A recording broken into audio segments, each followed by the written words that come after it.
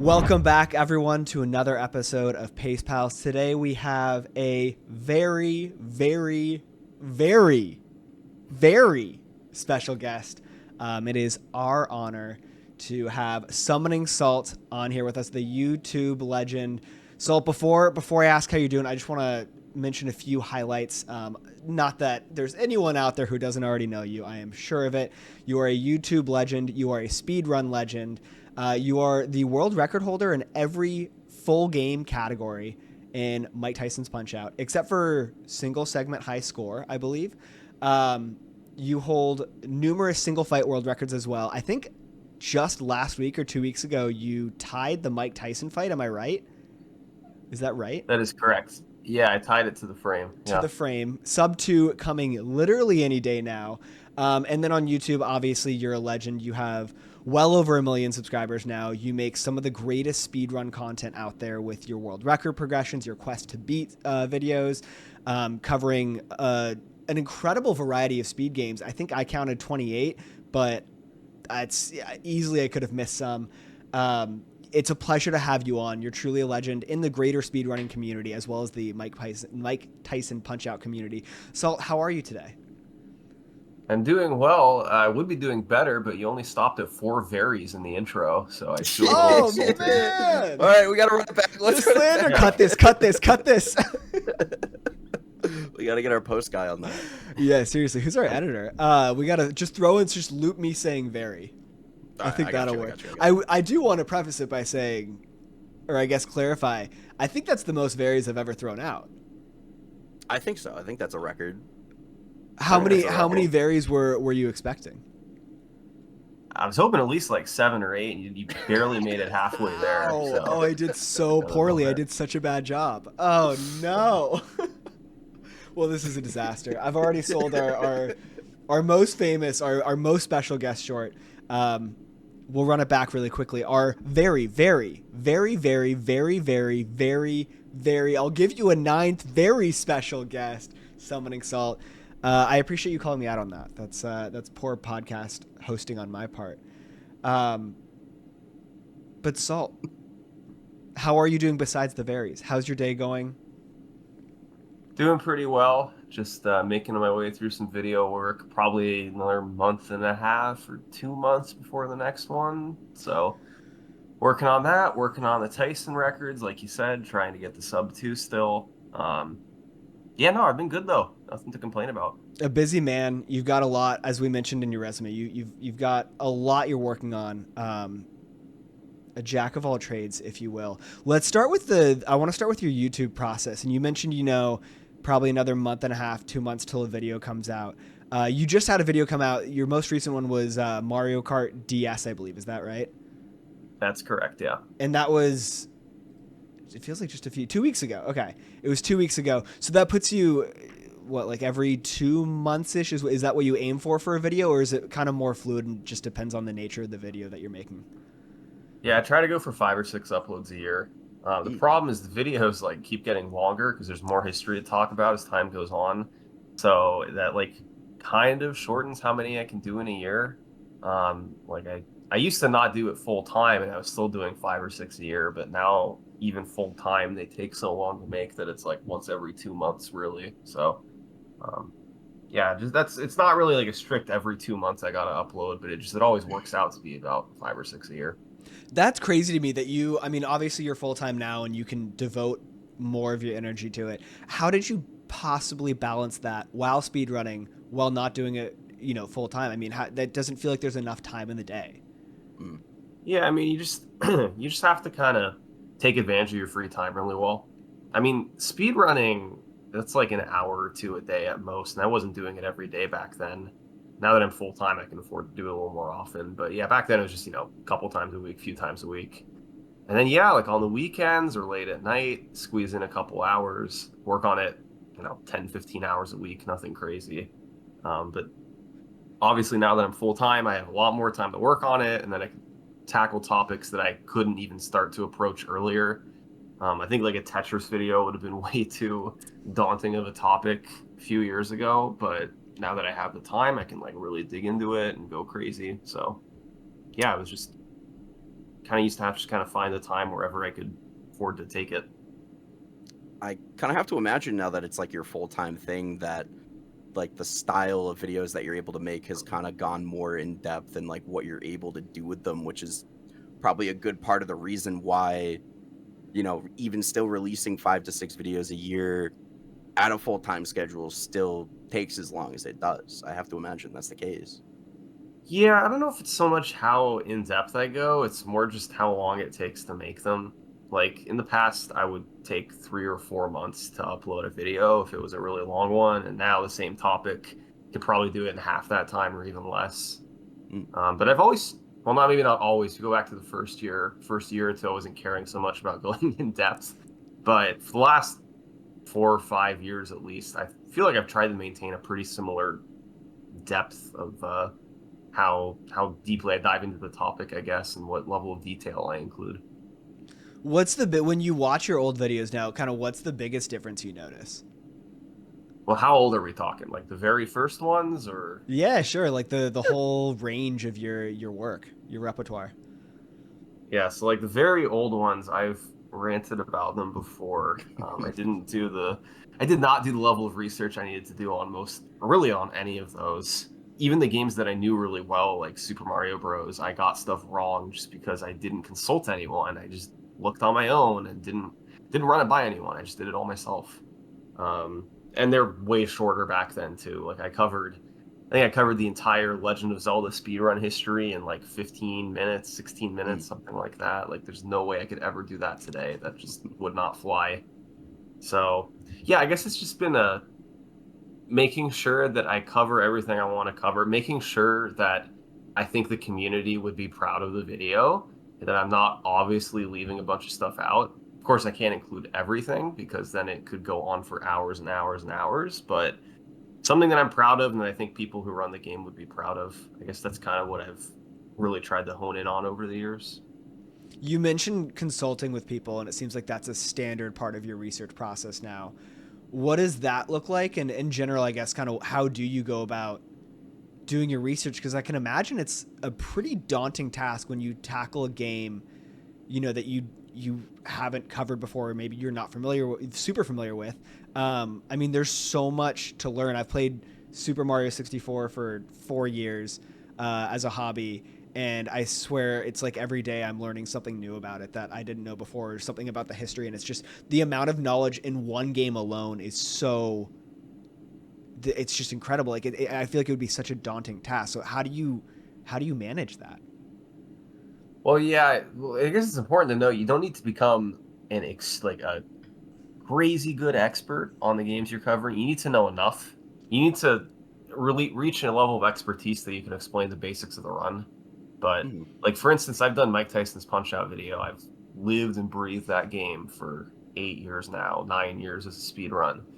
And when I made the Punch Out video last year, I felt like I maybe included 5 to 10% of my knowledge in that video. There's just so much more I could have talked about. But most of it isn't relevant if you're not going really deep into the nitty-gritty details of things. So, yeah, you just need to become enough of an expert that you can explain it to someone who doesn't know about the run.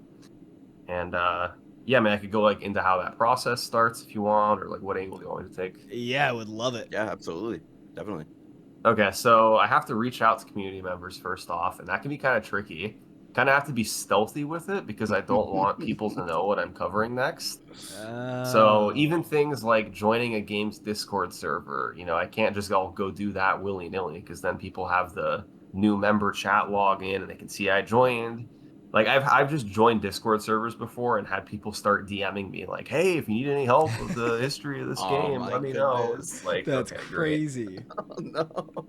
So yeah, I reach out to someone that I know on Twitter or on Discord and kind of ask them like, who else should I reach out to? And whoever I reach out to, I tell them straight up like, please don't mention this to anyone else. But looking into covering this game, and I've never had it really get leaked before, which is nice. People do keep it quiet. Yeah. At least not getting leaked to like the broad speedrunning community. Sometimes one or two other people will find out, which is like whatever. I don't really care. But yeah, and then once I have my group of people willing to help, it's a whole bunch of questions and answers, and it takes weeks. and I ask them a whole bunch of questions about the run. I kind of go through myself and do different timings and figure out where they gained and lost time. And it takes a long time, but a lot of times these people who are helping me really do want to see the video get made. So they're kind of willing to really help out and give me all the info I need and make sure I'm not missing anything big and important. That's kind of how it gets started. And it can take, the research part can literally take over a month of working close to full time every day. So it's a long process for sure. I feel like it makes sense that people, I mean, as soon as you reach out, especially now because your brand is so strong at this point, but I feel like people are probably so invested in the product, even though, they're not directly necessarily involved in the actual making the video, they're supplying kind of the content and helping, consult, to use, your word, which I think is the perfect word for their role there. But it's a representation of their community to such a broader audience. And it's, that video is going to reach so many people that otherwise wouldn't be familiar with the game. I mean, I didn't know anything about Tetris until your Tetris video came out, and now I've been like really seriously thinking about trying to learn how to play it and like getting into it. Yeah. I mean, it's just, especially with like simply streaming it frequently now, I'm watching it and I'm just like, oh man, I really want to do this. But because of I feel like people who speedrun, it's purely for the love of the game. It's a hobby that people are so incredibly passionate about, and it's this opportunity for them to share this passion with the world, and it's through you, so it makes sense that they would take so much care in how they help you and putting the effort in there, because it is just like, even when I've had the chance to talk about Super Mario 64 speedruns with other people who don't care about it, I have to catch myself, because if I'm talking to someone who doesn't know anything about speedrunning, I recognize that they probably don't care that much. But it's like I have this burning desire just to like info dump on them and be like, oh my god, this is the coolest thing ever, like you can do this, look at this trick. And it's cool, and I think it's all that to say, like, it's awesome what you do, because you provide that outlet for so many different smaller niche speedrunning communities to kind of share their passion with the rest of, the speedrunning community and just the world in general. Because I imagine your viewership goes beyond just, people who actually speedrun. But I love to hear that people are so willing to cooperate and coordinate with you, because it is just an amazing thing you do. It's not always, there's a few different types of communities, I guess. There's definitely some where they're like really pumped and excited, like, oh my god, let me tell you, even more than you need to know, which is great, because then I can, look through everything and figure out what's important. There's some who are just super, super excited. And then there's some that, they're happy to help out and they're happy to see it get made, but it's definitely less like, oh my god, I'm so pumped this is going to happen, and more like, yeah, cool, let me know if you need any help. Just totally fine. I have no issue with that, of course. But there's like definitely different levels of enthusiasm from community to community. And then obviously there's some people who are even, farther to the other end that would rather create the video in-house in the own community and not have me do it. Because I guess they don't think I do a good enough job, and because I don't know enough about the game to have the right level of expertise. And it's like, yeah, it's fine, but I don't know. It's always nice when there's communities that are really excited to see me cover it, because I really I work my ass off to make sure everything's accurate and I'm not missing anything. The entire video is seen by the community members who are helping me before it's released. So if there's anything that's wrong, they let me know and I fix it. So that's very important to me, to make sure that it's accurate and a good representation of the community, but definitely like a varying level of excitement depending from community to community. It's surprising that some people would feel like they want it to be done in-house. I feel like, I don't know, it's surprising to me, because I think the quality of your work is so clear in every one of your videos. And you said you work your ass off. It's so evident if you just watch the video.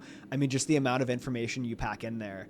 Yeah, I definitely get the appeal of like wanting to do it just from the community members who really know what they're talking about, so that they can perfectly characterize what's going on. But I don't know, like I feel like I do a pretty good job too, and that it's not like I'm just coming to it with a total outsider perspective. Like, I've worked with a lot of different communities. I know how a lot of games work. I know how record evolution tends to go. Yeah.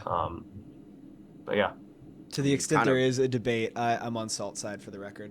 I'll go ahead You've and kind plant of my like flag there. written the formula. You've kind of written the formula of like world record history progression videos in a way. Like I feel like that's just your thing. I'm genuinely surprised that a community would be like, nah, no, we don't really want that or anything Yeah, like that. it's Like not usually like that's community as a whole. It's just oh some yeah. individual Yeah. people, which it's not like a big deal. They can think what they want, but Yeah. yeah, no, it's. I guess it's like it's nice to feel wanted. Like it's cool when people are really really excited and want to see it happen because then I know they're going to be super enthusiastic and make sure that I get everything right. After you do your research, what is the script writing process? Like, do you write like an actual verbatim script, or is it kind of like bullet points and you let yourself, use those to guide you and fill in the gaps as you record? So I definitely do write the whole script. The way I do it is I get all the research done first off. I make sure that's essentially totally done from start to finish. I know everything I need to know. And then I kind of write the script in chunks. So I write 5 or 6 paragraphs maybe, and then I record the audio and I edit that section, usually about 3 minutes long. And I just work the way through the entire video. I try to make like 3 minutes a day, something like that, and that's kind of my day's work. Write the script, record the audio, and then edit. And then the next day, start again, keep doing the same thing until I'm all the way through the video. Um, so yeah, but the first step's always research. Got to get that done first so that I know kind of the overarching story, how it's going to go, and then work from there. How did you land on kind of like the chunk by chunk method? I don't know. That's a good question. I think when I first started, I did write the whole script in its entirety. Yeah.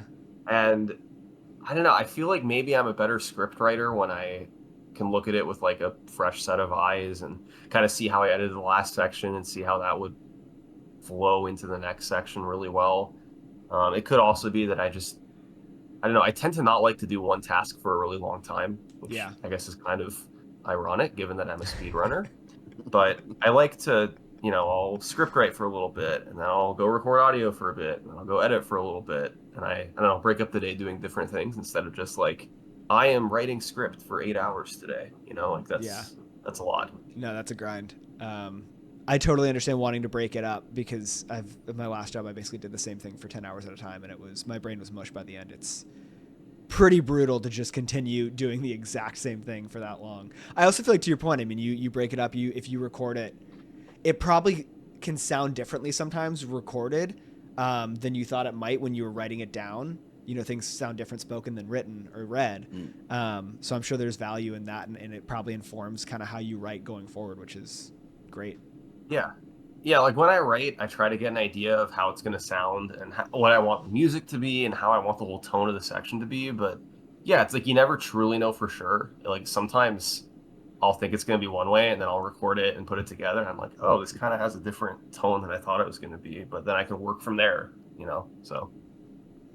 Have you ever had to like work on maybe even the finer details of like the thought that you put into things, like maybe how you deliver lines or how you narrate certain sections, or is that not something you really think about? You kind of just read it how you would normally out loud?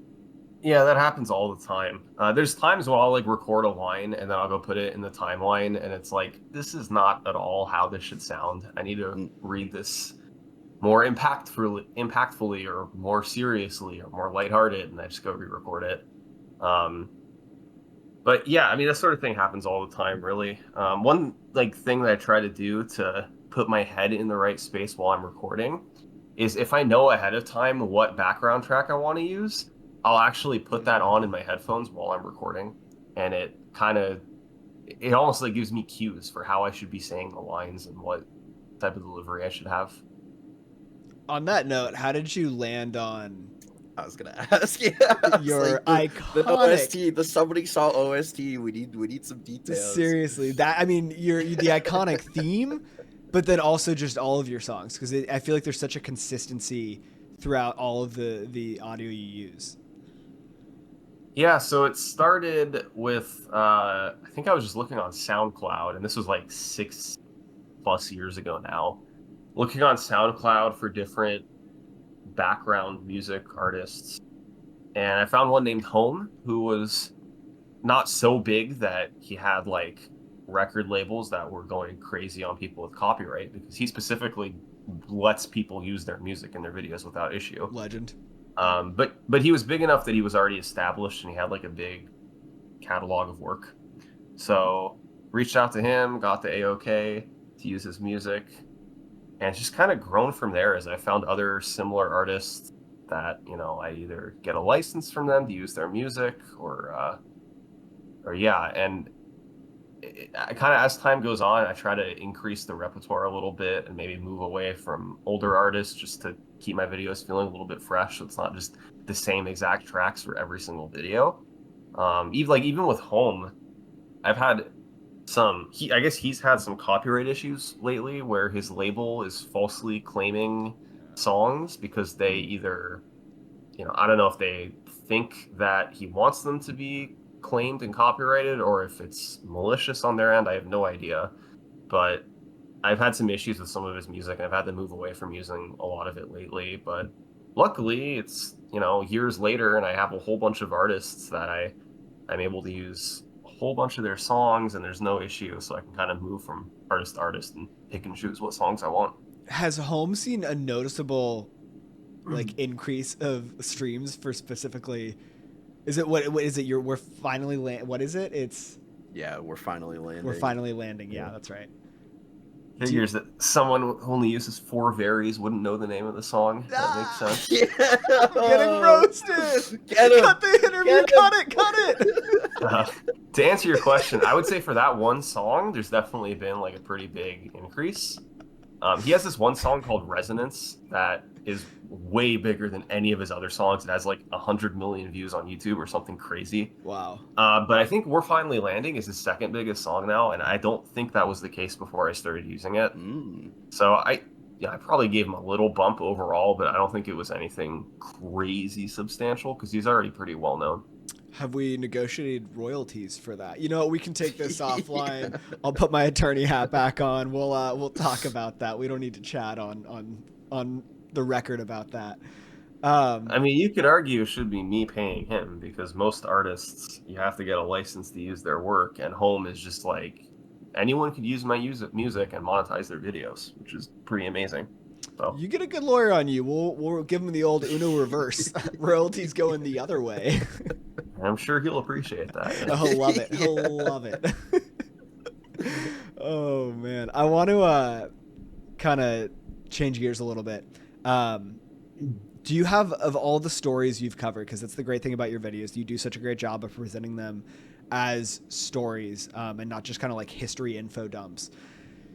What do you have, like a single favorite story, whether it made it into the recording or whether it's, you know, the entire story that you covered in a video or whether it was like a smaller kind of tidbit you uncovered in a community while you were doing your research?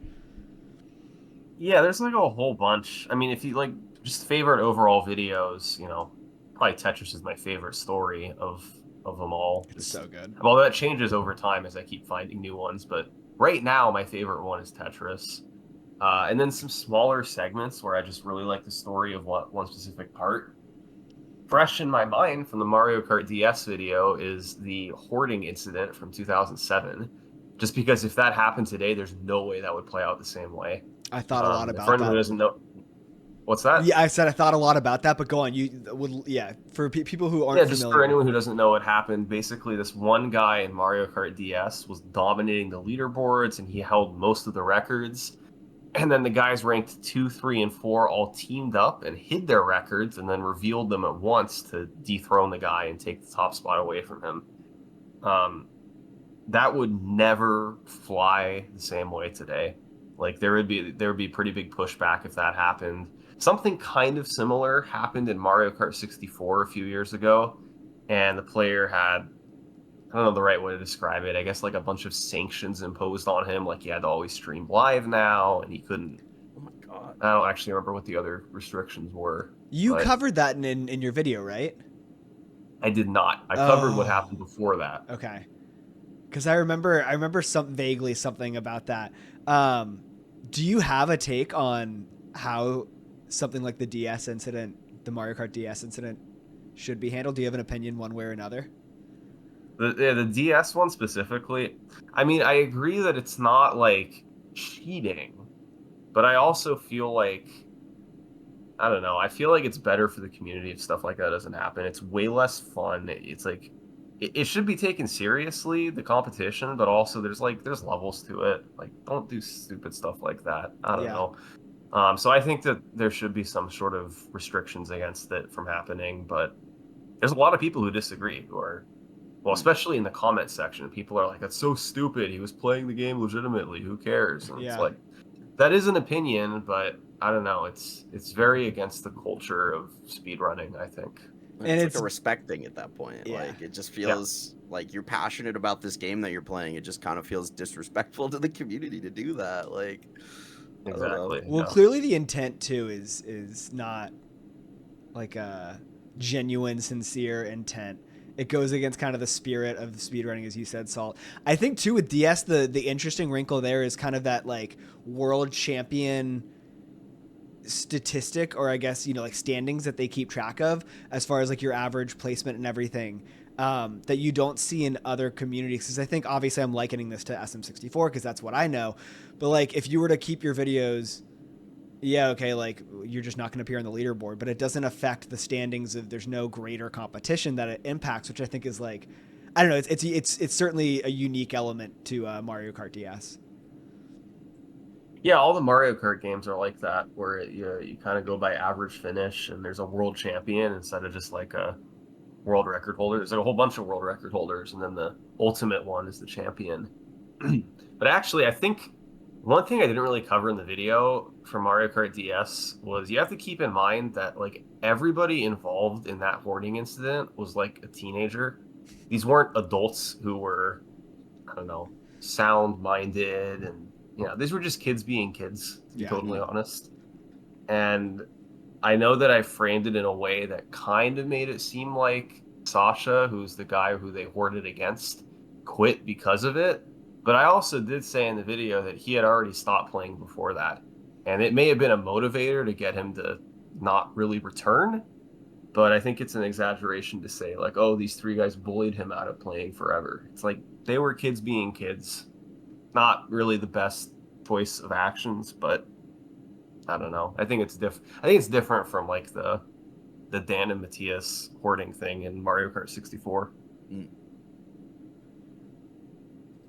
So you've done obviously such a broad, just variety of games. Have you ever come across one that has kind of been more difficult to do research on, or to kind of grasp like the history or the run itself? Has there ever been a game that's kind of given you a little bit of trouble in the research process? Yeah, a whole bunch of them. I mean, it depends. Like Mario games, even if I haven't watched that many speedruns of a particular Mario game, like I hadn't watched Blindfolded Mario 64 before I covered that game. But it's still Mario. I still know a lot about Mario speedruns and Mario 64, so I'm able to adapt easily. Whereas something like Halo 2, for instance, I had played a little bit of Halo, but I hadn't even beaten it, and I knew nothing about Halo speedruns at all. So games like that take a lot more effort. The research takes like twice as long, I feel like, because I need to get to a point where I actually know what I'm talking about, at least somewhat, even if it's not on the level of an active, fully ingrained community member. Yeah, I need to get to some basic level of knowledge where I can talk about it. So, yeah, Halo 2 is a good example. Let me look through my video list and see if I can think of any other good examples. Lego Star Wars is another good example. I was where gonna it's say like Lego Star Wars. familiar with the game to an extent, but not at all with the speedrun. So I had to learn a lot there. Yeah, those are probably two of the better examples for recent videos. Do you ever speedrun any of the games after you cover them? I always get excited about it, and I like play them for a couple weeks and then just kind of stop. Like Tetris, I got maybe 210,000, and then I haven't really played it at all since then. Yeah. I think the one exception to that is when I did Wii Sports Resort Golf. I started speedrunning Wii Sports Golf, not Resort, but the original Wii Sports Golf. And I actually got like a pretty decent time. I ran it for maybe 2 or 3 weeks, and I don't remember exactly what I got, but it was a fairly competitive time for like a new runner. So I was proud of that, Let's at least at the go. time. But yeah, other than that, I don't think I really started running any of the games because of the videos. It helps that Wii Sports Golf, it's such a simple run to learn. It's not like there's that much tech you have to learn. It's like a 5-minute run. So You have a 22-minute time in 16 star in SM64 on Virtual Console. Was that the only run you did, or did you grind a little bit of 16 star? no, so yeah, my 16-star run. I like years and years ago, like I want to say 28, maybe 2017. I learned the basic route just to get like a sub 30. I got like a 29, and years later, like maybe right before the pandemic, I had some friends who were interested in learning a speed run. And I said, look, I don't really know how to run Mario 64, but I hear 16 star is like a very easy run to learn. So maybe we could all start learning that, try to get a respectable time. So we all did that for, we'd meet up and practice for a little bit. And the end result was a 22-minute run that I got.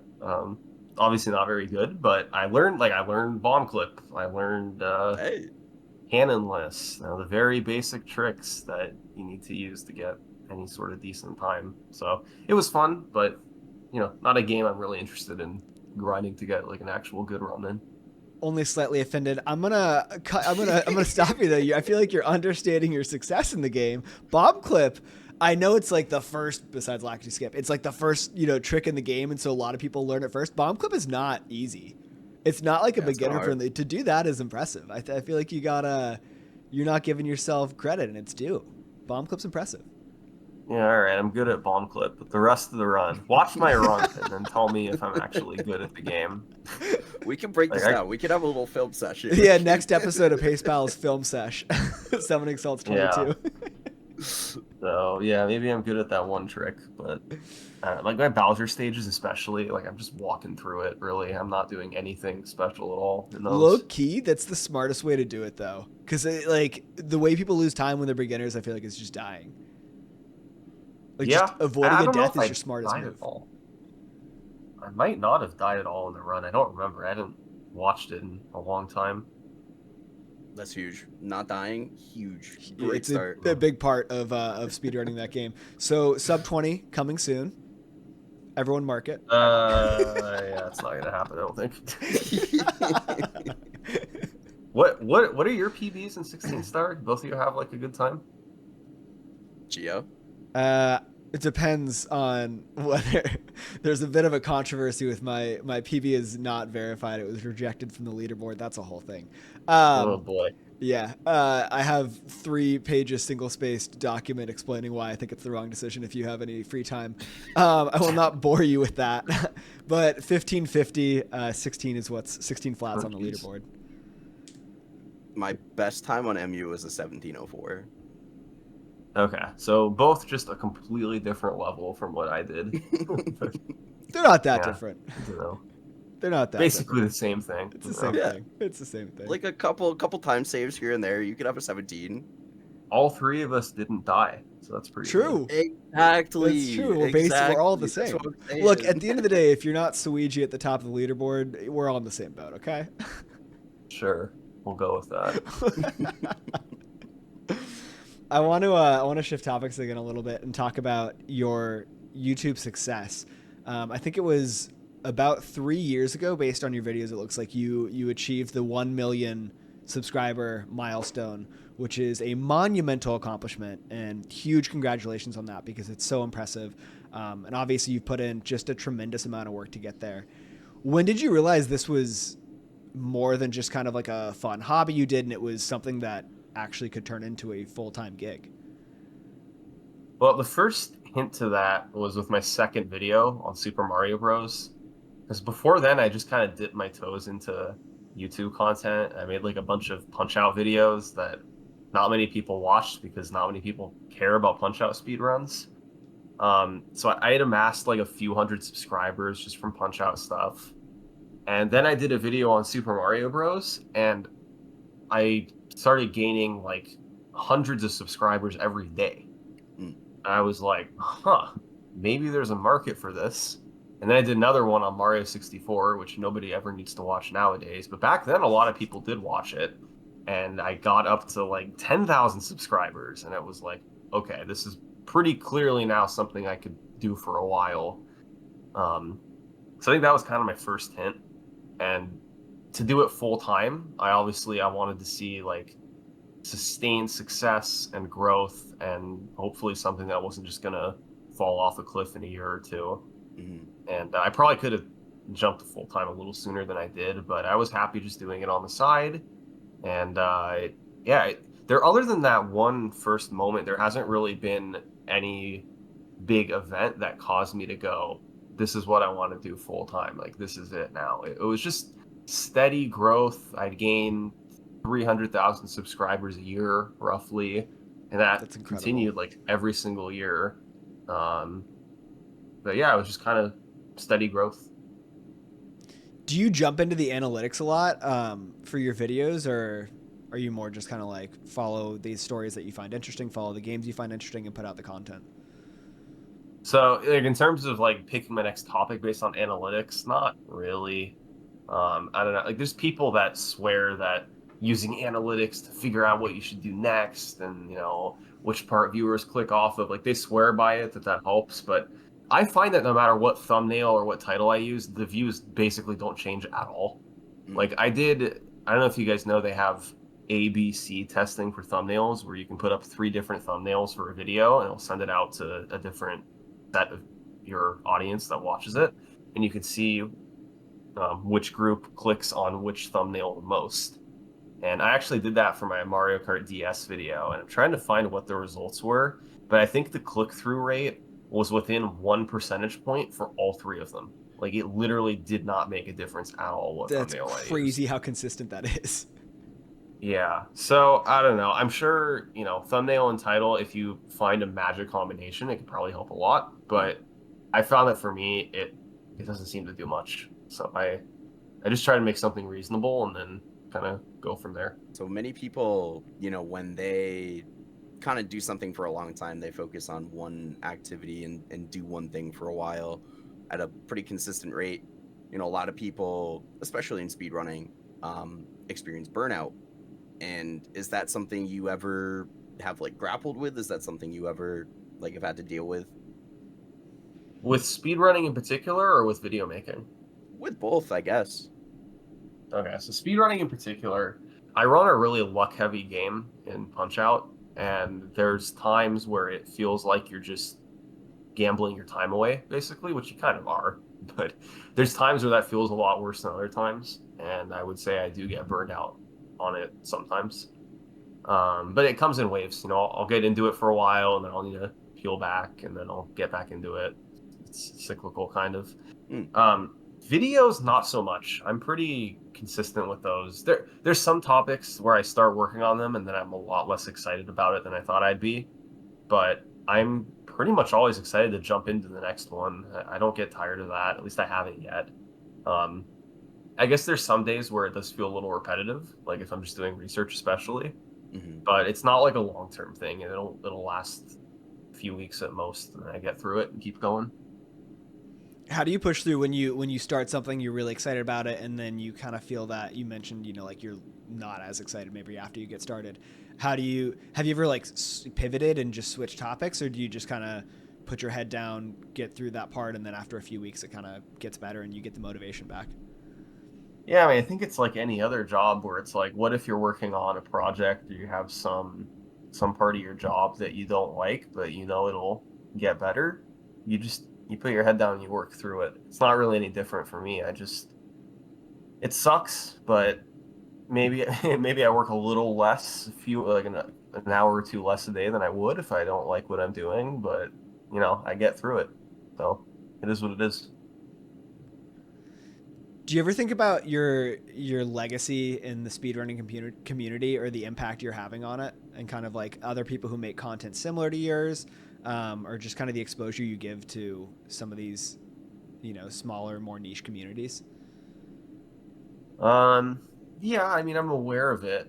I don't sit around like thinking about it all day or anything, but I know that a lot of people get into speedrunning because of my videos. It's pretty cool, and it's something I'm proud of, but Yeah, I don't know.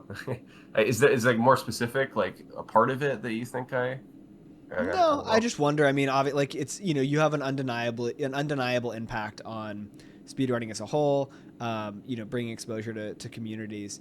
Um, and I was just wondering, like, if you've reflected on that, if you have an idea of what you want your ultimate legacy to be. I don't know. Maybe you haven't thought about that, but just kind of curious your mindset around that. Yeah, I don't know. I think my favorite part of my job is that I like telling stories. Like, I mean, I like being a storyteller, and it wasn't my goal going into this. Like, let me see how many people I can get into this hobby that weren't otherwise interested. But there is something really cool about, taking a topic that someone wouldn't have known anything about or cared about and then making them interested in it. Like that's my favorite thing to do when it's you would not have had any interest in Tetris high scores, but after watching my video, you do. Like I'm definitely proud of that and what happens. But ultimately, I just want to be a storyteller and entertain people. I love that. On the Tetris point, to give you an idea of your impact too, I watched the Tetris video, and then what was this intentional? This is like a side question that just occurred to me. Was it intentional to release it like in such close proximity to the World Championship? No, I guess what happened was I kind of started hearing about Tetris after Blue Scooty got the game crash. Yeah. And it wasn't like, oh, I saw that, I gotta go make a video on it now, but that kind of made me start looking into it. And I looked into it kind of off and on for a few weeks or months, and then I bit the bullet that spring and was like, all right, I gotta do this. This just looks too interesting. Yep. And it would not have come out close to the World Championships, except they moved it up to, I guess the championships were in June this year, and they're usually in like October. Yeah. So it's kind of a coincidence that it worked out like that. It worked out perfectly though, because I feel like I know I watched the World Championships because I just watched the video and I was like, oh, Tetris is sick now. But then I also made my wife watch the World Championships with me, and she's like, doesn't. Her exposure to speedrunning is solely through me because I like it. And she was like obsessed with Tetris. So indirectly too, I mean, it's crazy to think that like she thinks Tetris is sick, and that's because of you too. Like you're bringing people even not directly through your videos, but through the people who watch your videos and then go out in the world and talk about it, which is just kind of like a cool way to see, the ripples effects of what you do. Well, I'll say this though, I think Tetris has like a unique reach that most games don't have. Like I watched the semifinals and finals of it with my wife, and then I showed my parents like the very end of the finals, and everyone was like, "Oh my God, this is amazing! This is so cool!" And I don't think most speedruns people will have that reaction to unless they already know something about the game. So yeah, Tetris is like just something special. It's a unique combination of high tech with rolling and everything, and how fast it moves, but also being so simple that everyone can grasp like the general concept of what you need to do. And then like the battle format, they go head to head. The whole time I was watching it, I think I was like, we put it on our big TV, and I was like standing up there with like my hands on I looked like my dad watching like Steeler games growing up, and just like standing right in front of the TV and just like being like, this is electric. This is so electric. Yeah, no, I'm a pretty big sports fan, and honestly, watching the Tetris World Championships, it's very similar to watching like an exciting Game 7 of a playoff series. I mean, it's pretty crazy. 100%. That's exactly what I had in mind when I was watching it. I was like, this is just like sports. This is incredible. Yeah, Every match is a game 7. It just brings that excitement every single time. yeah.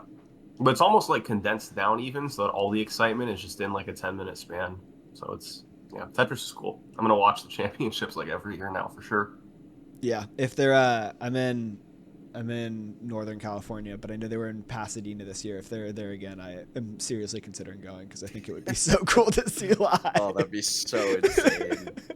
Yeah, no, I'm in Oregon, and they used to hold the championships in Oregon every year. Yeah. And then I moved here, and now they do not hold it here anymore. Wow, So they it's moved like, them oh. because of you? That's nuts. That's crazy. Yeah, chase them away. Damn. Crazy. Oh man. I got 2 things I want to attend. I want to attend a Smash Super Major, a Melee Super Major, and I want to attend something Tetris related because it just seems so hype to be a part of. Well, it's neat with Tetris. They have events like all over the country, all over the world, even. So there might be one local, like anywhere. I'm gonna have to look into that. That's crazy. Yeah, I gotta look into that. Tetris would be sweet. Melee, I don't really watch that closely, but then I watched the AMSA video, and I was like, yeah, no, I would absolutely go to one of these. This would be sweet. Honestly, anything where a crowd gets excited, I'm in. Like, I buy into that. I love that excitement. Yeah. You mentioned, this is a total aside. You said you're a pretty big sports fan. Who are your favorite teams? Well, I grew up in Northern California, actually. Let's go. Not all Bay Area teams, like kind of long story with some of them, but I'm a huge Sharks fan, hockey fan. Love that. Giants, I'm a fan of. The A's, I was until John Fisher, the worst, ran the team into the ground. The worst. Yeah, and then for football, I'm actually an Eagles fan. Kind of a long story there. Yeah, that one doesn't fit with the rest. Yeah, exactly. It kind of sticks out a little bit. So I respect like the random Pennsylvania fan. I grew up in California. I grew up in Southern California. Now I'm in the Bay Area. But my dad's a Steelers fan, and so I randomly am a Steelers fan. But then I'm a Dodgers fan, so we go head to head there. And then you're gonna hate me. I know you're gonna hate me as a Sharks fan. I'm a Penguins fan, so we took the 2016 Cup from y'all. Oh yeah, no, I don't mind the Penguins. They're fine. They deserve that cup. That's fine. I feel like a lot of people rooted for the Penguins. Then I think it's Sidney Crosby. Well, yeah, generational talent, right? Yeah. Makes sense. Is this a bad time to mention I'm a Boston sports fan? I mean, he's the worst. He's actually the worst. Massachusetts born and raised. It comes with the territory. Yeah, Boston sports, man. I mean, I'm happy when the Red Sox beat the Yankees. I'm cool with that. So, yeah. Zeas, Salt has you on. Yeah, well, but he's got you on the Philly special. Nick Foles. I like to forget about that. To be honest, I don't. Oh, sorry that one Super Bowl you guys didn't win. I'm so sorry you have to relive that, man. Tough life, man. Must be so hard. Tough. Yeah, can you it imagine? Feels so weird being a Patriots fan now. This is unfamiliar territory. I hope y'all are bad for a long time. You deserve it. We will be. I'll be honest though, like when I kind of liked Brady and the Patriots. I know that they were like the super villain of the NFL, but I don't know, when one team is that dominant for that long. Okay, I'll say this too. It's one thing when you're like the Yankees and the Dodgers and you just buy whoever you want. But it's another thing to like root for Tom Brady because he's actually the greatest, you know? Yeah. I don't know. I do think get down for that a little more. I do think there's something to it, and it's almost like there's an arc to it where, you know, okay, he starts to be too good and it's annoying, and you everyone roots against him, and then there's at some point it's like, oh wait, I'm watching something that I will never probably get to see again, and you start rooting for him all. It's, you know, you turn the corner almost. When you kind of make that realization that this is something that you probably will never get to appreciate again. Also, I resent the whole, you know, just buy your talent comment. I do want to say the Dodgers have a great farm system. All right. Yeah, they do. They absolutely do. We do buy. They our talent, also though. buy their talent too. Those things can both be true. I gotta say though, it's a lot more fun to just buy talent. I enjoy doing that, and I think other teams should just try it out. It's pretty fun. It is fun being rich. That's a Mookie Betts jersey, and I'll never forgive you, Geo. For what? You, man. It was a trade. You did it to yourself. He was too expensive. Oh, I mean, he wasn't too expensive. Boston's a big market team. He should have paid the man, but I don't know if I can forgive you. That feels like on you. It feels like you shot yourself in the foot and you're blaming me. I want to talk about Mike Tyson's Punch-Out. You are a legend of the game. Tom Brady, some may say, to make the analogy. Would you say that, actually? Would you compare yourself to Tom Brady?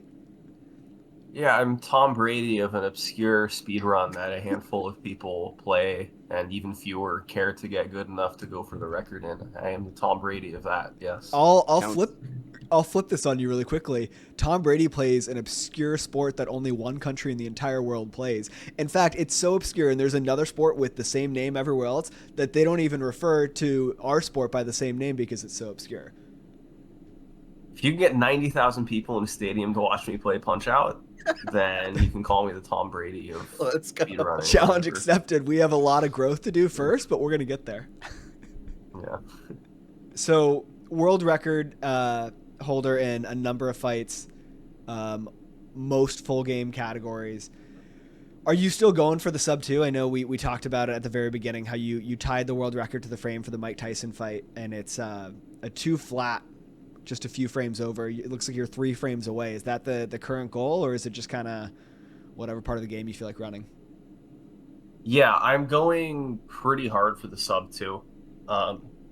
It's the sort of thing where you can't grind it forever because you are just sitting around waiting for like 1 in 10,000 luck. And your execution matters, but I can execute the way I need to execute for a sub 2 like pretty often. It's mostly just waiting for the luck. So I'll do that for a while, but I'm happy to pivot to the other categories too, because those can be pretty fun to take a break with.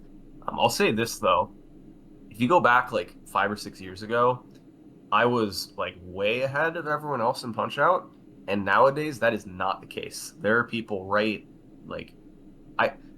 just being objective, I still think I am the best player, but it's by a very small margin now. And there's many people who are just behind me who are capable of taking a bunch of my records.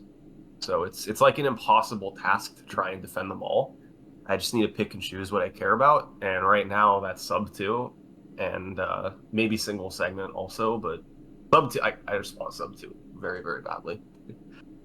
So if we're talking about like, okay, we are frames away from breaking a minute barrier, how would you compare how optimized Mike Tyson is to something like SMB1, for example?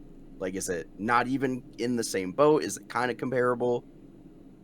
It's very different because Tyson at this point is mainly about the luck, and SMB1 has no luck at all. That is just entirely up to the player. So to be totally honest, I can execute on a level that you need to get a sub 2, like 1 out of every 4 attempts. There's like a 25% chance I can play that well. And no one can say that for Super Mario Bros. Because it's way, way, way harder to do what they do at the top level. There's no luck involved, but... So my point is just it's very hard to compare them.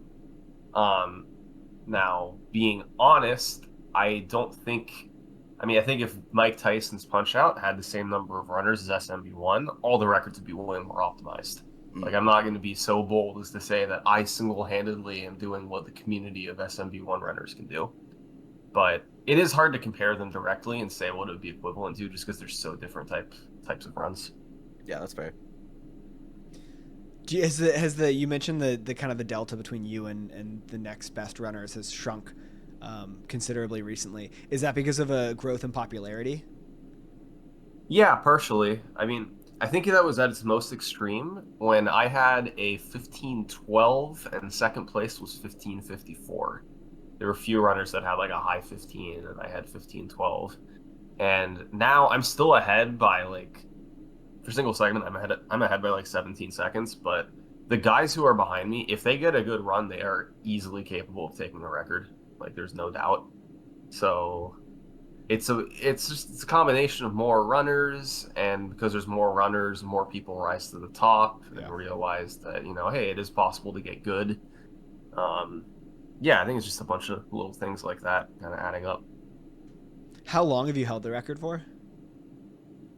So for the full game, I've had it since March 2016. And then for just Mike Tyson, it's been since September 2016. Wow. That's crazy. 8 that is years. A long-standing record. Yeah, that's crazy. Like, just really, there's not many popular NES games or any games where one person's been on top uninterrupted. And I don't know why. I don't think I'm just like exceptionally good at this one thing. I think it's the community wasn't that big until the last few years. It's part of it. And I've really only focused on that one game, other than my dabbling in 16 star, obviously. But for the most part, I've just done Punch-Out and I've grinded it lower and lower. So yeah, I don't know. I can't really explain it. The quest to Future beat video. SummoningSalt. Exactly. I was just about to say. I've only so seen that recent? comment 800 times. Yeah, I know. Zeas be like, "Oh, we're so clever." You're like, "Oh my 801. god, 801. 801." Oh my gosh. I want to do something of a lightning round here. Zeus, do you want to just go back and forth on these questions Yeah, let's go for it. and just like first answer that comes to your mind on each of these? Does that sound good? Sure. Okay. Sure, I'll do my best. I'll kick it off. Greatest speedrunner of all time, regardless of game. Oh God, yeah, these are impossible to do quickly. I'm sorry. It's okay. I'm like, just give a Just one-word like- answer. I ask you like an absurdly challenging question right off the bat. Can I walk you through my thought process? Yeah. Yes, absolutely. Absolutely. So I think it's easy to have your mind gravitate towards some old school runner who held like 15 NES world records at the same time, like Tom Vodova or Andrew G. But honestly, I feel like what modern runners are doing is probably a lot more technically challenging because there's so much more competition. So I don't know. It's very hard to say. I think JC, what he's doing recently in Castlevania and Battletoads and games like that, he is so far ahead of other people. It's kind of silly, and he just jumps from game to game and instantly gets record. So he's someone that comes to mind. I mean, I guess you got to go with like Green Suigi, like the most popular speedrun. He set like not an unbeatable record, but a way ahead of its time record. Nifsky for Mario 1, Yeah. same kind of thing, where he's Yeah. just way ahead of everyone else. But it's hard to say because these guys mainly only run one game, so I don't know. Guess that's my answer. Is that a good lightning round? Oh yeah. That's pretty good. We'll take that. Several strikes of lightning. Yeah, that's the storm. Exactly. The thunderstorm round. All right, on to the next storm. Greatest speedrun game. Mike Tyson's Punch Out, obviously. Not Punch Out. I would actually love it if you Mario just 64. stuck your. How about that? Really? Hey, I'll take There's it. a reason why it's the most popular game, right? Like, Yeah. I don't think that's coincidence. that's true. I mean, you're not going to hear a disagreement from me. I think sometimes it's tough for me to set my bias aside though and look at it objectively. Yeah, like I did not know anything about. Well, I don't want to say I knew nothing about the speedrun, but I did not know much about the speedrun, and I had a lot of fun learning it, and so did friends of mine who didn't know anything about it. So, And you're going to have a great time grinding for that sub 20. It's going to be awesome. sure, yeah, totally. Do you have beef with Bismuth? Yeah, we hate each other. Perfect. No, we're cool. We're friends. We actually met before in person. There's not many speedrunners I've met before. Oh, cool. But I love that. yeah, no, we just joke around a lot and people take it way too seriously. So that makes us want to do it even more. Your Twitter exchanges are some of my favorite. They just like I'm always just dying laughing when I read those. They crack me up. Yeah. All right, so this is a little bit of a long-winded question for a Who wrote lightning these? round, but yeah, I know, right? You did a Reddit AMA in 2021, and you said that at the time, SM64 120 star has one of the most, if not the most interesting history of any speed game. And if you were to redo a video from scratch, you would do the 120 star video. So has that kind of stayed the same, and has that re-entered your minds? Feel free not to answer this part for spoiler reasons. Now that a runner like Ouija is kind of pushing the game to a monumental minute barrier, like a 135. Yeah, to be totally honest, the only reason I haven't done it is because it would be such a crazy undertaking. I mean, if I was to do that video, I'd probably want to make it like 4 parts, each part's an hour long. And there's risk involved with doing that, and there's also risk involved if I just combine it into one part. So I don't know. I still think it's a crazy speedrun history, and I'm sure I'll cover it again at some point. But yeah, I don't know when it'll be, what exactly the format's going to be. I don't know. We'll wait and see, I guess. When you just said like a 4-part series, basically, I just got so excited. I was like, oh my god, I cannot wait for that to Yeah. drop. I mean, I have to. Looking forward to it. There's too much to talk about. Yeah. I mean, especially since you would literally start over. Like you had your 120 progression video, and that left off, I think, right before Cheese got a 139, if I recall correctly. So Yeah, there's been there's so many reasons why that's my least favorite video, but that's another one. I waited until right before he got the 139 and then made the video. Like, good planning, good work. do you that Leave it that on the most see it coming. anticlimactic ending possible. that begs a question? Do you wait, like, if you're aware that a major minute barrier or whatever, achievement is really close to happening in a community? Will you kind of keep an eye on it and wait for that to then be like, okay, now I should make a video about it? To an extent, yeah. Like Super Mario Bros. I'm not going to do that again until the task tie is reached, because I'm sure that's going to happen at some point. Yeah. And it would be a little silly to do it before then. Jumping back into lightning round. lightning Fast. All of these have been so lightning. Thoughts on race style or LTA speedrunning competitions?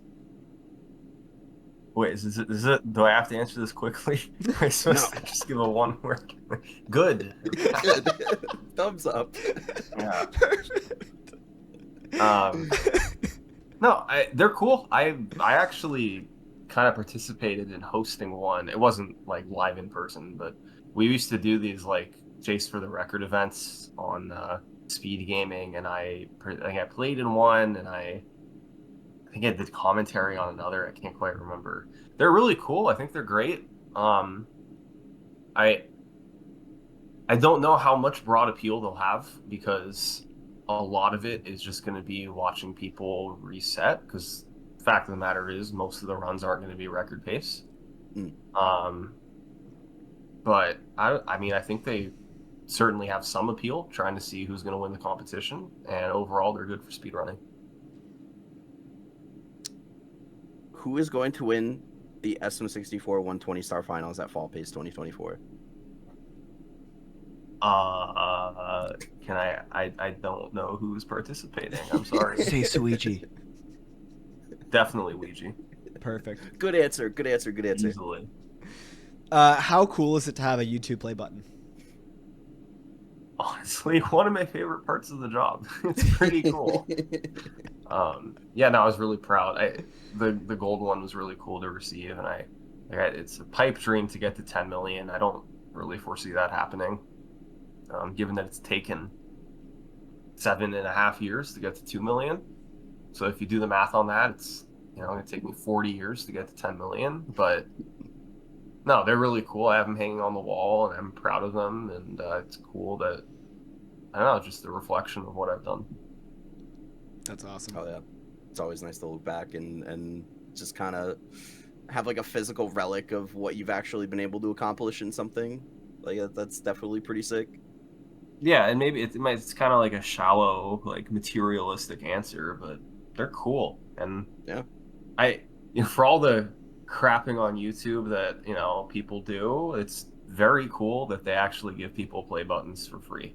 Like they know what other company does that for its users, So I think it's sick. I don't think it's materialistic. If I had a play button, I would be stoked about it too.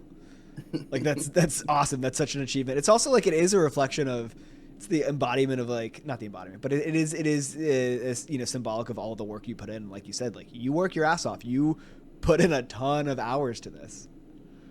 Yeah, no, for sure. And I like, because I have I got the silver one 2017, I guess it was, and they were using the old design back then, because now the designs are a little bit cheaper and they're quicker for YouTube it's the company they use, Society Awards maybe they're called.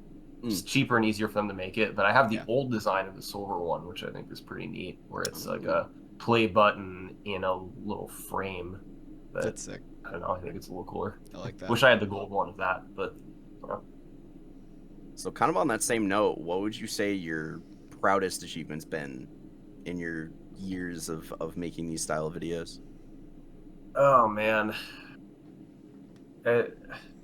I think what I'm most proud of is the consistency of my viewership, because I don't often have a video, pretty much never have a video go mega viral where it so for Tetris, for instance, a Game Scout, he uploaded a really good video about Blue Scooty getting the game crash, and that video has more views than any single video on my channel.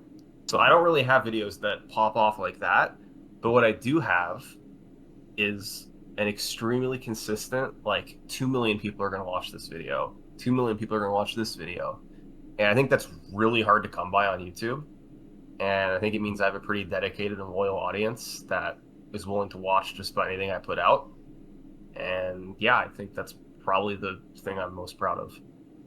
Before we move on to the next lightning round question, I do have like another aside to this question that I've always wondered.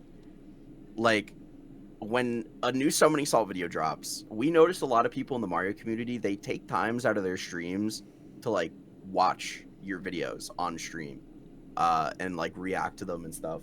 So would you say that kind of adds to it? Like, you see people watching your videos on stream, like they make a whole event out of it? Yeah, I love it. I'm totally in favor of people doing reactions to my videos. It just, yeah, it kind of makes it more exciting, and I like to see people's reactions and see them get excited. I know there's a lot of people that are extremely anti-react content, and I think there is like an ethical and an unethical way to do it. But yeah, I mean, I'm totally down for people to watch my videos on Twitch. I like seeing it. I assume you will not answer this one. What is your next video? Yeah, good one. Has never been asked that one before. Good try. I'll say it's Ocarina of Time, because that's what I always tell people, because that's what they always want. It's Ocarina of Time. All right. You've never done anything OOT related? I've honestly never played a Zelda game.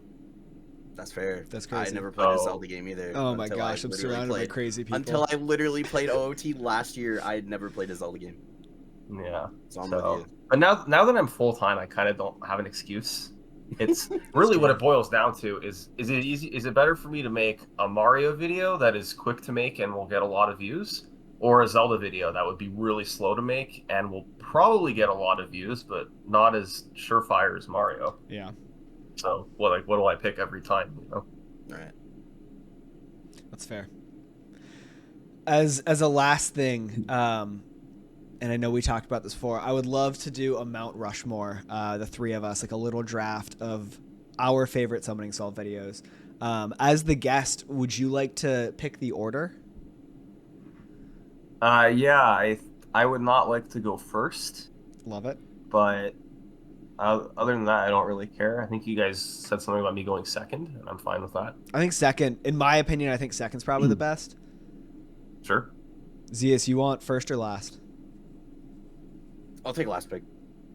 Last pick? Oh man, all the pressure's on me for the 1-1. Okay. So we'll do a snake draft. So the order of this round will be me, Salt, Zeas, then Zeas, Salt, me, and we'll do that till we each have 4. Okay, I'm pretty sure I know my 1-1. Yeah, I do. 1-1. I hope there's not like recency bias, but Tetris. I love that video. It opened my eyes to a world I didn't know existed. Tetris is so cool.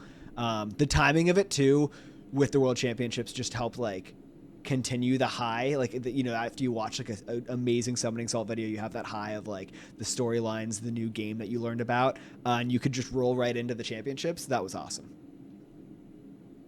I feel like I should. Yeah, that's my favorite video. So no argument from me there. Got it. Okay, so I the way this works, I cannot pick what has already been picked, right? Exactly. Correct. So, I'm gonna go with a Mario Kart video, and I think I'm gonna go with the quest to beat Abney 317. Good one. Good pick. Mario Kart 64 150cc skips is like one of my favorite speed runs of all time, maybe my all-time favorite. I don't know. And I think the story of Abney being like the best runner by far, and then all this new stuff is discovered, and suddenly he has a bunch of competition and has to try to stay on top. It's a crazy story, and I think I'm happy with how I covered it. And probably like my second favorite video after Tetris. It's pretty close. Abney's so good. I had that on my list. I started watching Abney streams after too, and it's just like the speed runs are awesome. That's just a great pick. It was a great video. Cool. All right, my first pick is going to be Wii Sports World Records. Just all Wii Sports. Fantastic. Fair.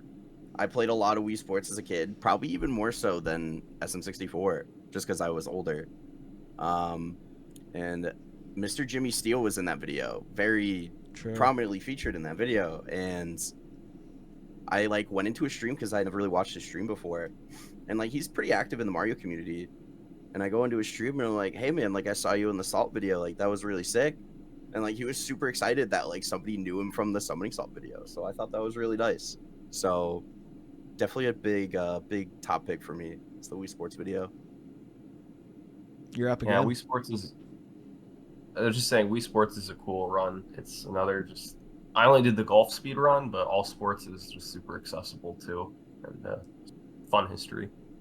Second pick is going to be History of 16 Star. Damn it. Easy. Yeah, I had that, Easy obviously. pick. 16 star, although I don't main 16 star. I'm a 70 star guy.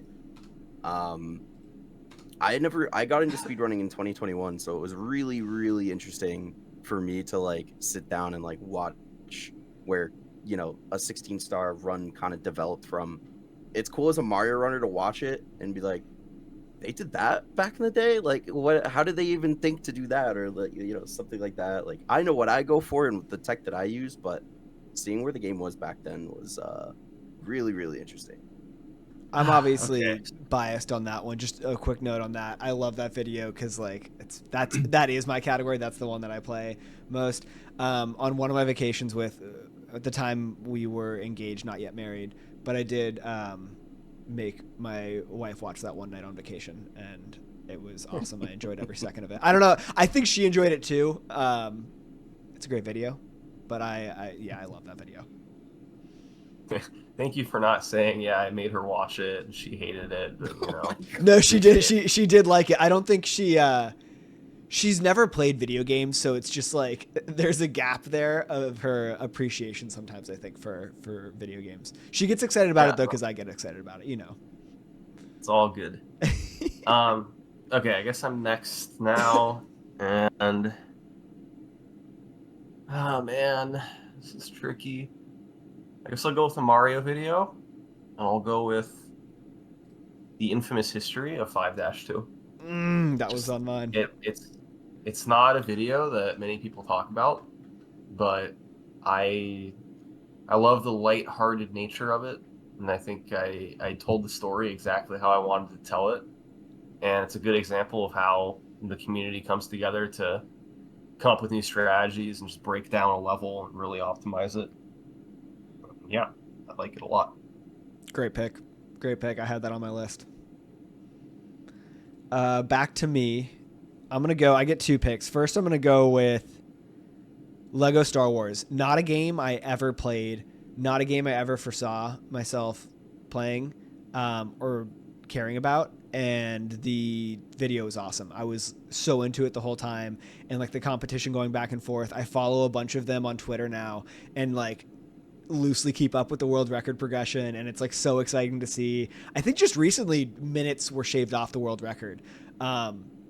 Just like one of the coolest experiences, because it was just something that if you had asked me like, oh, Lego Star Wars, I'd be like, no interest in it, and watched the video and was just hooked the entire time. It was awesome.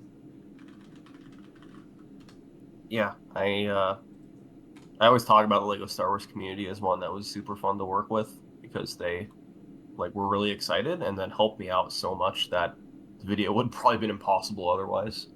I feel like that the one run itself is really neat. I feel like that one particularly it just feels like there's a lot of stuff that's unique to the game. So I feel like without I feel like the learning curve was probably steeper for you in doing your research for that one. Yes, there's so many tricks that I had to learn about. It was pretty crazy, and I left like half of them out of the video too because there was no time. Oh man. For my third, I'm gonna go Mike Tyson's Punch Out world record. Not the quest to beat Matt Turk. That was the video where you had the graphic of each fight. You had like a little dot for each fight, and it showed kind of how they compared, right? Am I thinking of the right one? Yeah, toward the end of that one, Yeah. there was like a line graph Yes. where it showed the pace of the run. Yeah, I love that. That was one of my favorite visual aids you've used in any of your videos. I didn't play a lot of Mike Tyson Punch Out growing up, but I did play Super Punch Out, and so in general, just I feel like there's a nostalgia element for the franchise as a whole. Yeah, it's a great video. I am going to go with Mega Man 2. I made a Mega Man 2 video in 2017 that was very bad, and I redid it in a much better version, and I think there's some really incredible stories, especially with Cypher during his Chase for the Record event where he was about to stop playing the game for a long time, and just at the last minute he broke the record by a lot, I believe. Just a whole bunch of good stories in that video. I think the run is super cool. The tech is amazing. It was also just my first really long over an hour. Wasn't my first video over an hour? Yeah, I guess it was my first video over an hour, and I really liked that video. It had some difficulties upon upload where YouTube age restricted it, but it bounced back. About that. Yep. And yeah, one of my favorites. Great pick. All right, my last pick probably. You got 2, by the way. You got 3 and 4. I'm gonna go hidden shortcuts of Double Dash. Ooh. Because there's like a theme with the picks that I make, but I also played a lot of Double Dash as a kid, and just like kind of seeing that game broken down and like all these courses, like I never knew anything about the speedrun before I watched this video, and kind of just like seeing it broken down. I really liked racing on Bowser's Castle, and like learning about how that was kind of progressed over the years was really interesting to me. But yeah, Double Dash is definitely is up there for me. Last pick, maybe SMB1, just like the human limit. SMB1, the human limit. Oh, really good. Very, very, very good video. Again, same concept, just seeing it really broken down, the storytelling and just how everything was like progressed, and just how everything was presented. It was amazing. Under an hour too, which is a big plus. Big plus. I imagine it must have been hard to like fit all of that in under an hour. I can't imagine how you did that, but yeah, no, SMB1, another one of those speedruns that I was really interested in. I kind of want to learn SMB1 at some point, so that was a really, really cool video to see. But yeah, I think those are gonna be my last 2 picks. All right, so I got one more. Thinking what I've already done. I did a Mario Kart. I did 5-2. I did Mega Man. Yeah, I gotta go Quest to beat Matt Turk. Wow. It's classic. If I was to do that video today, there's some things I would have changed, but I think the story is just like way too good, and it's a story that I followed when it happened, and I kind of got into speedrunning partially because of it. And Matt Turk was not known at all outside of the Punch-Out community before this video, and now he's like a meme where like actually like millions of people know his name, and it's wild given that only a few of us knew as of like 5 years ago. So yeah, I'll go Quest to beat Matt Turk. I love it. I gotta round mine out. I need an SM64 one because it's my speed game. I'm gonna go blindfolded SM64. Hoping for 120 star. Come on. Actually, I'm gonna pick the 120 star video that you will make when you redo it. Okay. The future pick. No, but the blindfolded was really cool. It was a really cool way to watch a video about a game that I play so much, but presented, it's speedrun in a format that I don't get to do I don't do. And so it was cool to learn about the game in that sense, and feel like I was learning afresh about something that I spent so much time with, which I thought was really cool. Also, the stories are just awesome. The way, I love Bubsy, so watching him grind, it's cool. It's a cool category that I think is underappreciated. So it was cool to see you cover it like that. Yeah, no, Bubsy is pretty awesome. Really helpful, really nice guy. Yeah. He's obviously super dedicated to what he does. So I mean, he's live like every day, Yeah, doing he's a attempts, legend. doing record attempts. Like the grind is insane that Bubsy does. Yeah. Well, listen, we want to be cognizant of your time. We're incredibly appreciative that you took the time to sit down with us and listen to us talk about 16 star and try to convince you to get your time below 20 minutes. No, but on a serious note, Salt, thank you so much. This was an absolute blast. I really enjoyed chatting with you and hearing more about the work you do. If I haven't made it clear already, huge fan. So this was really cool for me too, to get to sit down with you and talk to you about all of your videos. Every time you release a video, it's such an exciting moment, and I mark my calendar, and it's something that I know I'm going to have guaranteed phenomenal entertainment right after the release. So thanks for sitting down with us. Thanks for all of the videos you make. It was an absolute pleasure to have you on. Well, appreciate it, guys. Thank you very much. Yeah, of course. Thank you.